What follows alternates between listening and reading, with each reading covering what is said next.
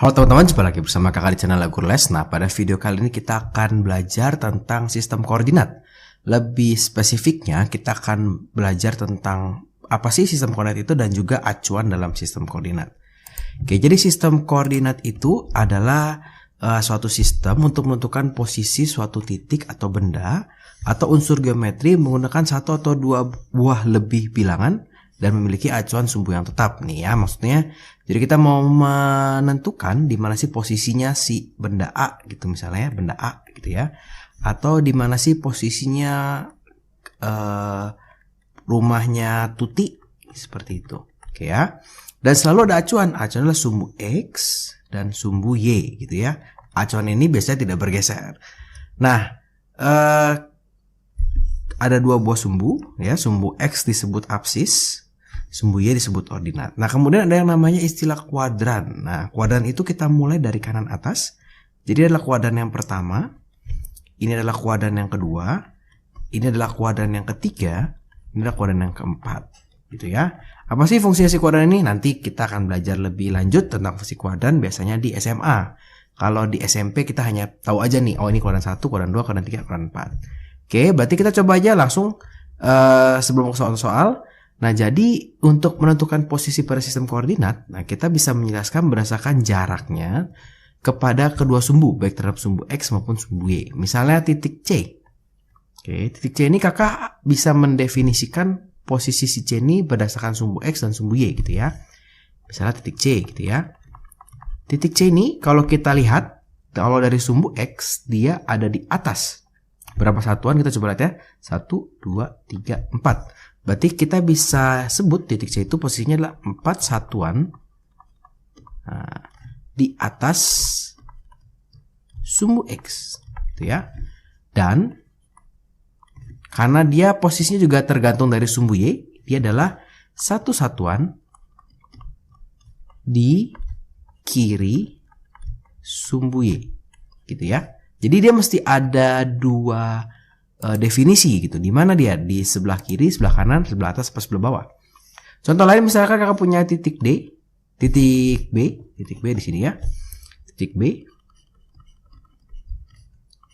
Nah, ini titik B itu kalau kita lihat dia ada satu satuan di bawah sumbu X. Berarti satu satuan di bawah sumbu X.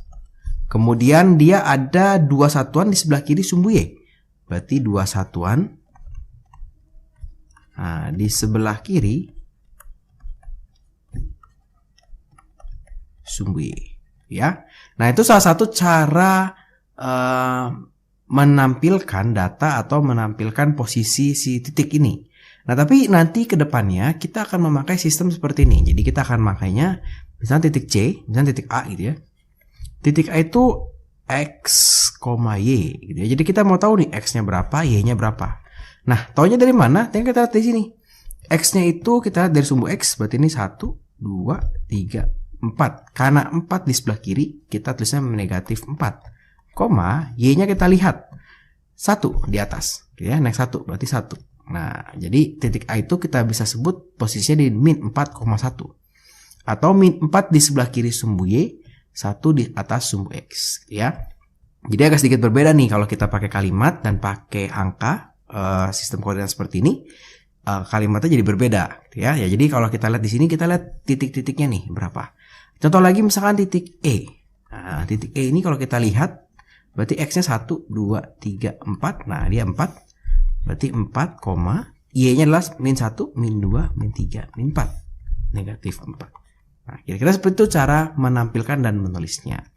Nah, kita coba aja contoh soal. Jadi pada diagram kartesius di samping, tuliskan semua titik pada kuadran 3. Ingat tadi kuadran 1 di sini, ya, kuadran 2 yang di sini, kuadran 3 yang di sini. Berarti semua titik di kuadran 3 adalah titik F dan titik I. Ya. Bagaimanakah posisi A dan G terhadap sumbu X dan sumbu Y? Nah, ini berarti cara penulisannya seperti tadi. Berapa di atas, berapa di kiri gitu ya. Oke, kita coba si A. Si A itu di sini. Nah, si titik A. Berapa satuan ya dia ya? Oh, dia 3. Kalau kita lihat nih 1, 2, 3. 3 satuan di sebelah kiri sumbu Y. Kalau di atasnya berapa nih? Dia di atas ya. Kita hitung aja 1, 2, 3, 4. Berarti 4 satuan di sebelah atas sumbu X. Ya. Bagaimana dengan si G? Ya, kita coba aja si G. Si G itu mana G? Oh, ini G ya. Kalau si G itu kalau kita lihat dia satu satuan di kanan. Berarti satu satuan di kanan sumbu Y. Dan dia adalah berapa nih? 1, 2. Berarti 2 satuan di bawah sumbu X. Gitu ya. Nah, jadi kira-kira seperti itu. Bagaimana kalau menulis koordinat C dan D? Gitu ya. Kita mau menulis koordinat si C. Berarti berapa nih? C itu di sini ya. X-nya dia di 1, Y-nya di 2. Berarti 1,2. Si D. Nah, si D. Kita lihat si D. D itu, ini D ya. X-nya di negatif 2. Nih, X-nya di negatif 2. Y-nya di 1. Berarti negatif 2,1. Gitu. Jadi gampang ya sebenarnya. Sistem koordinat itu tidak sulit. Nah, bagaimana dengan pertanyaan yang D? Tuliskan titik dengan ordinat positif. Ordinat itu tadi Y ya. Y-nya positif, berarti di bagian atas. Yaudah, kita sebutin aja semua. Berarti kita punya titik A, titik B, titik C, titik D, titik E ya. Ini positif, positif, positif, positif, positif. Nolnya mesti kita anggap positif. Kemudian yang E, absisnya negatif atau X-nya negatif, berarti di sebelah kiri.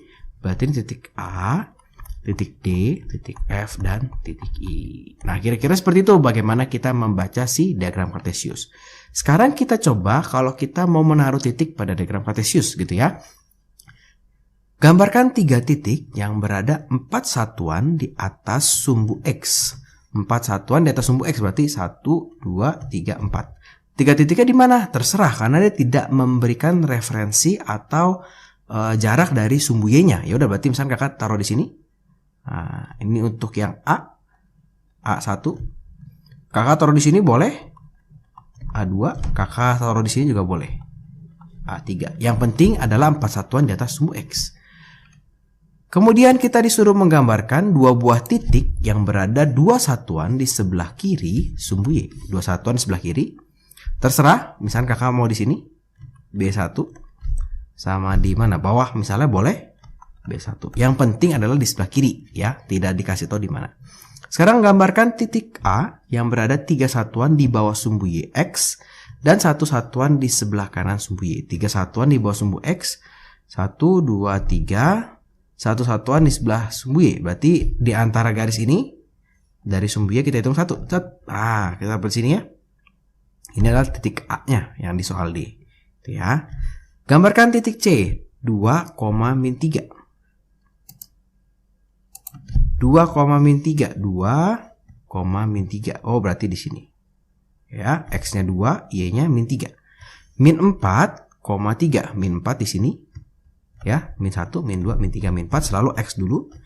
3. 1, 2, 3. Berarti di sini. Oke, ya, ini D1. Titik C. Nah, ini titik D. Gitu. Jadi seperti itu cara menggambarkan